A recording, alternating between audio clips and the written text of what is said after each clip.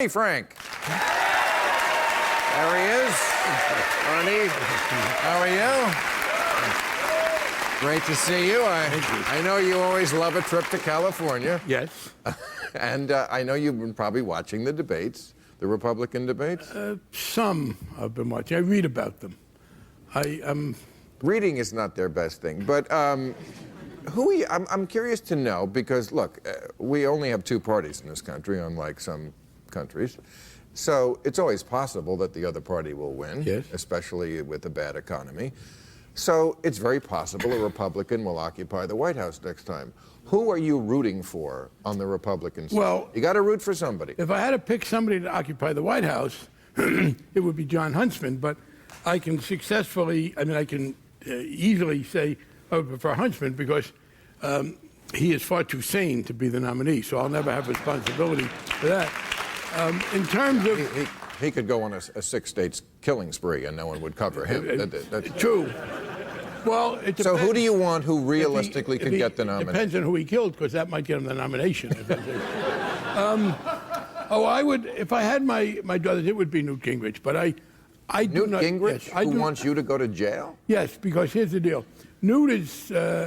poor Newt was struggling, and he is convinced that he is the intellectual leader of the free world. And when you think you are the intellectual leader of the free world, and you're fighting to get ahead of Michelle Bachmann in the polls, it's unsettling to you. It undercuts you. So he was looking for a way to get ahead, and apparently he decided attacking me is one of the ways to do it. And I have to say this, we always like our colleagues to feel grateful. If, because he's attacked me, Newt Gingrich manages to get the nomination, the Democratic Party will owe me so much. I will have everything I want for the rest of my political career. The other thing is this, and to be honest, as you know, as a gay man, I'm here with my partner Jim, I'm defending same-sex marriage. If I'm going to have somebody opposing same-sex marriage and being that defender of heterosexual marriage, who better than Newt, who has done it more often than anybody else? I'm surprised you're not for Mitt Romney, but maybe that's because you're from the same state of Massachusetts, so you have a lot more knowledge. Well, I would want this question, which is, which Mitt Romney should I be for? I see that as an advantage. I know Mitt Romney takes two sides in every issue, so I really don't believe anything he says. What happens with Mitt Romney is when he actually gets a job, he's actually a pragmatist. I think he would be better than the others. If he gets a job. One of the interesting things about Mitt Romney is that he tells us he is not a politician, and he runs for office as a non-politician, and he has been campaigning for public office since 1994 as a non-politician. The main reason he's a non-politician is that he loses more than he wins. I mean, right. It's not his fault he's not a politician. He's tried to be a politician. Right. The other thing, I do say this though, and it's I'll volunteer a rule to you for that great segment you do, because people have said, well, he's going to get hurt politically because he flip-flops. But there is this problem. People, I have found, the voters, do not mind your flipping to them. If you wind up with them, they don't care how corkscrew you were to get there. So Romney is now against all these things he'd been for. He doesn't believe in climate change, and he's anti-gay, and he wants to defund Planned Parenthood, which he probably was a member of at one point early on. His mother, by the way, his mother was a great crusader, I think, for fairness in this sense. But it won't hurt him that much. But he has, I have to say, you mentioned him. And it's partly, look, I'm in a profession which doesn't have the highest reputation around. But this guy confirms every bad thing anybody ever says about any of us. I have never met a politician who was so consistently without principle. There was literally no issue on which he is not prepared. Most people in my business, and some are more flexible than others, when they switch, you can see a little bit of hesitation. This guy's a flare. He can move on a dime. Right, yes, I agree. So what about this guy, Joe Walsh, who was rarely... Show the film, because if people haven't seen this week, I think this is an interesting piece of footage to look at from a colleague of yours, Joe Walsh. Government screwed this problem up. What do you want? Well, you know what you've got? Because you know what you've got? You got Dodd-Frank. The banks You got Dodd-Frank now that's tying everybody's hands. You want more reform, more regulation? That's what you got. John, do you want more regulation? Is that what you want? Do you want Dodd-Frank?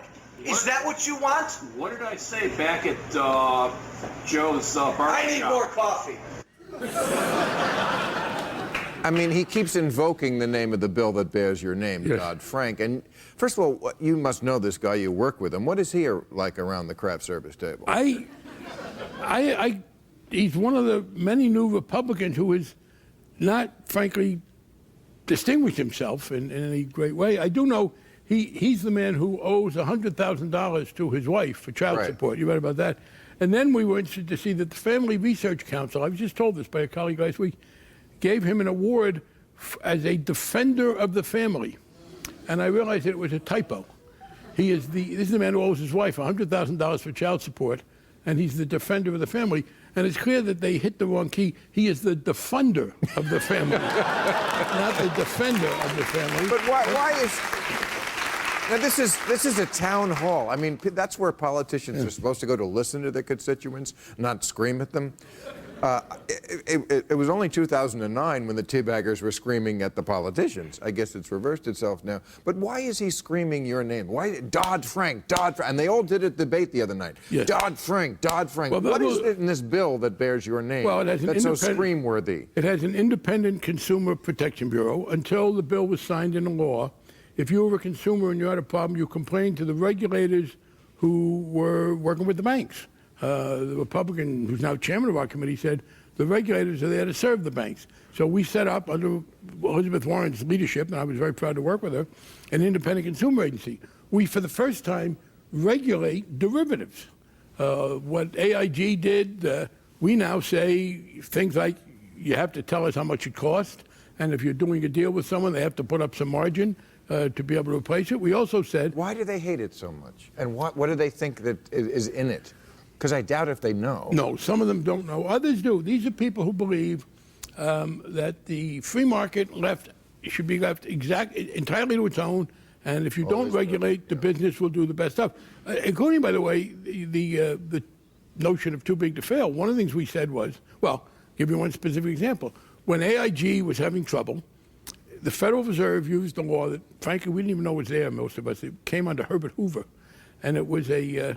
part of the Federal Reserve Act that let the Federal Reserve advance money to any entity in America if it felt it was necessary. And AIG got $85 billion under that. We've abolished that. The bill says that can't happen anymore.